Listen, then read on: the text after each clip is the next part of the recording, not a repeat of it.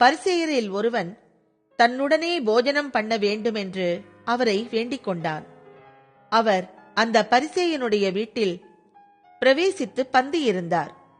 அப்பொழுது அந்த ஊரில் இருந்த பாவியாகிய ஒரு ஸ்திரீ அவர் பரிசேயன் வீட்டிலே பந்தியிருக்கிறதை அறிந்து ஒரு பரணியில் பரிமள தைலம் கொண்டு வந்து அவருடைய பாதங்களின் அருகே பின்னாக நின்று அழுது கொண்டு அவருடைய பாதங்களை தன் கண்ணீரினால் நனைத்து தன் தலைமயிரினால் துடைத்து அவருடைய பாதங்களை முத்தம் செய்து பரிமள தைலத்தை பூசினாள்.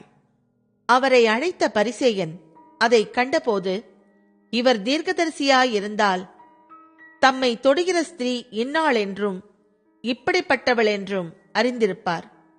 இவள் பாவியாயிருக்கிறாளே என்று தனக்குள்ளே சொல்லிக் கொண்டான்.